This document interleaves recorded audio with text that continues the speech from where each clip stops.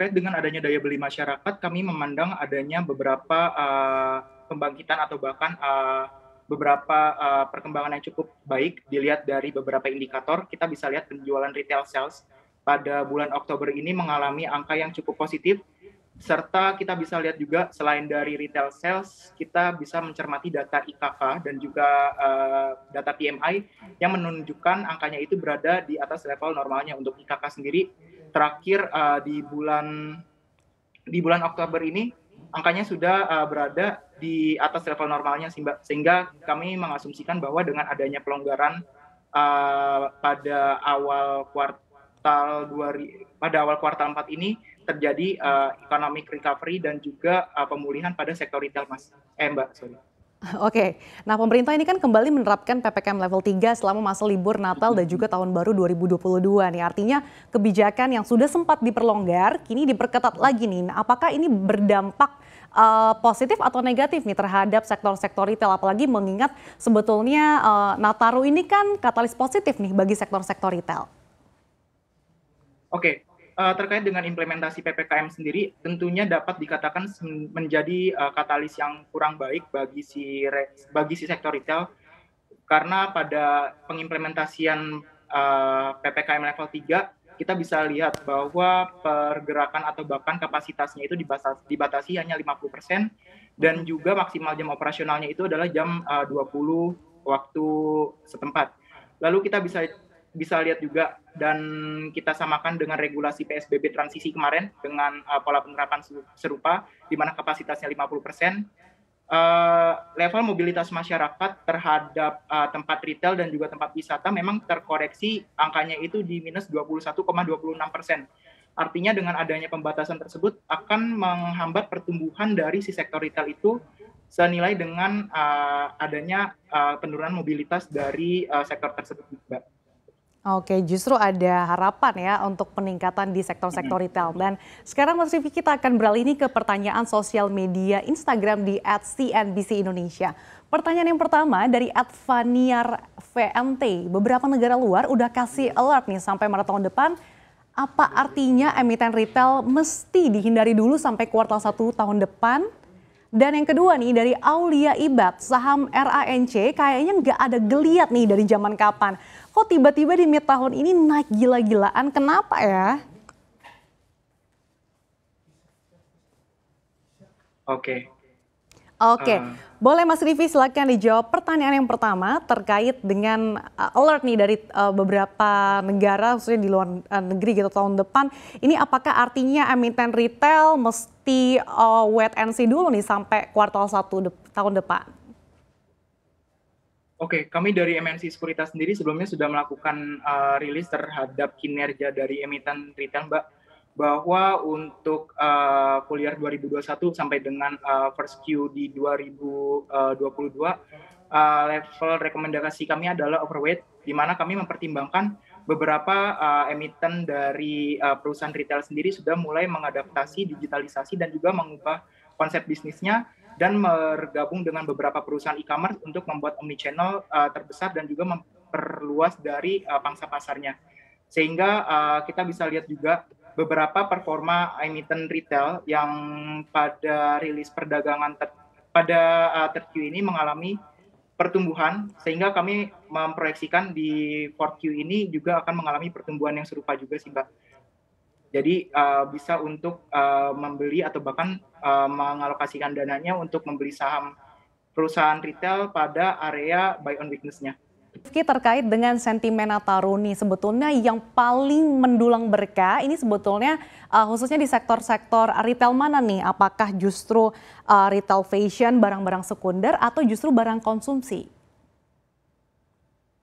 Oke, terkait dengan sektor atau bahkan industri yang sekiranya cukup diperuntungkan dari adanya Nataru tersebut, kita bisa lihat nih, Mbak, bahwa kedepannya sektor industri retail yang menjual perangkat hardware itu tentunya akan menjadi salah satu sektor yang cukup diuntungkan, mengingat dengan adanya pembatasan mobilitas, memang daya beli terhadap masyarakat memang lebih cenderung tertarik dengan secondary item seperti gadget dan lainnya, ketimbang daripada mereka membeli pakaian untuk di hari Nataru tersebut.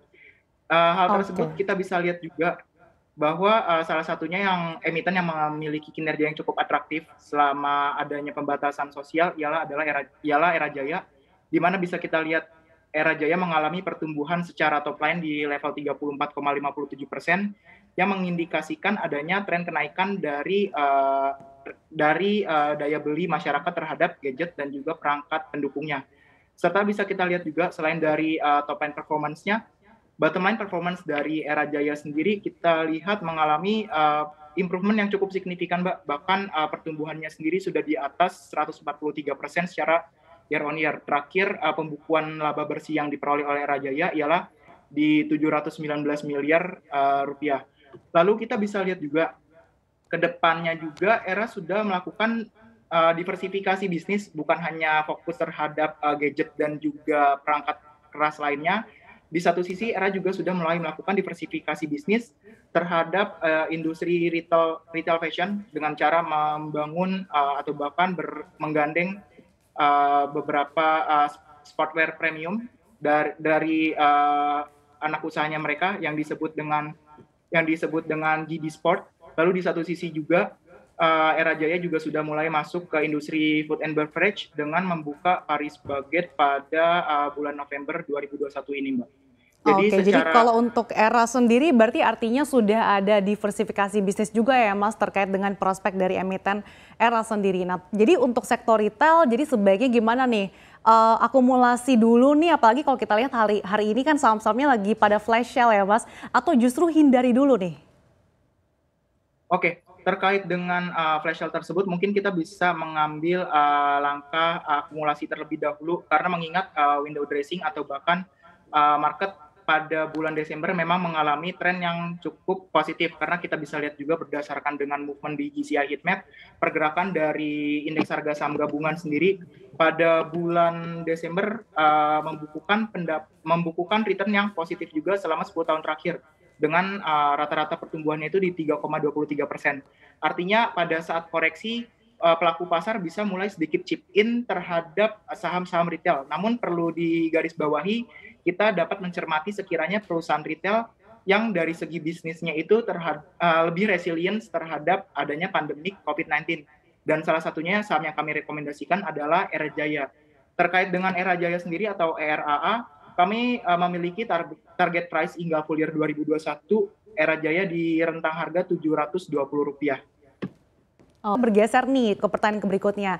Kalau retail kan masih bisa nih jualan online. Kalau mall ya pasti kebanting nih sampai PKM. Nah, gimana nih prospeknya untuk emiten-emiten properti yang khususnya terkait dengan mall atau pusat perbelanjaan, Mas Rifki? Oke, terkait dengan kinerja emiten properti seperti mall, contohnya adalah Pewon ya. Seperti yang kita tahu juga, Pewon memiliki beberapa properti mall, khususnya di daerah Jakarta dan juga Surabaya, serta kota besar lainnya. Di satu sisi, memang adanya penurunan mobilitas dari PPKM akan memberikan dampak yang sangat kurang baik terhadap emiten mall sendiri. Kita bisa lihat bahwa emiten seperti Pewon itu sudah memberikan subsidi terhadap tenan-tenannya agar tetap mendapatkan revenue tambahan sehingga revenue dari si emiten Pewon sendiri tidak terlalu terdegradasi sih Mbak untuk segi top line-nya serta mampu untuk menjaga kinerja bottom line sebaik mungkin untuk periode full year 2021 ini. Oke, nah kalau untuk saham-saham yang layak untuk di-hold nih, untuk long term, yang mana nih di antara emiten-emiten ini yang menarik untuk dikoleksi?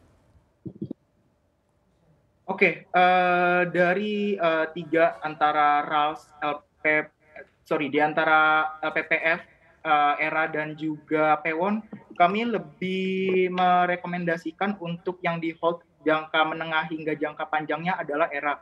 Mengingat Era sendiri sekarang pada fasenya itu disebut sebagai fase growth dan tidak menutup kemungkinan seiring dengan adanya improvement dan juga gencarnya produsen dari smartphone untuk merilis produk barunya. Karena kan kita bisa lihat juga Mbak, bahwa produsen smartphone sendiri sekarang sudah mulai aktif dalam melakukan rilis produk baru.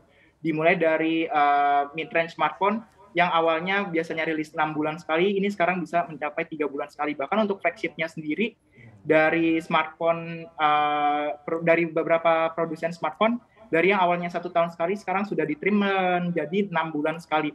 Itu menjadi salah satu Oke. hal yang sekiranya era menjadi emiten yang cukup untuk dipertimbangkan secara jangka menengah hingga jangka panjang. Oke, nah tadi selain yang sudah disebutkan seperti ERA, LPPF, nah kalau untuk saham mall dan retail, mana nih yang sejauh ini kinerja keuangannya ataupun secara fundamental masih oke nih untuk dilirik? Oke, terkait dengan emiten mall sendiri, kami memberikan outlook yang netral sampai relatif underweight. Memang kami lihat bahwa untuk pergerakan dari saham mall sendiri agak sedikit kurang baik dikarenakan adanya outlook yang kurang menggembirakan juga dari pembatasan atau bahkan social restriction di PPKM leveling. Mhm. Mungkin untuk yang dicermati kita bisa memilih saham untuk memilih saham Pewon untuk sekiranya buy on weakness sih Mbak. Karena kami Oke. bisa lihat juga, saya juga sempat beberapa kali melakukan observasi langsung tingkat keterisian dari beberapa mall yang dikelola oleh Pakuwon sendiri, level keterisiannya itu mencapai 20% dan setiap minggunya trennya bahkan relatif naik di level 20%, 25, bahkan puncaknya pernah mencapai 30%.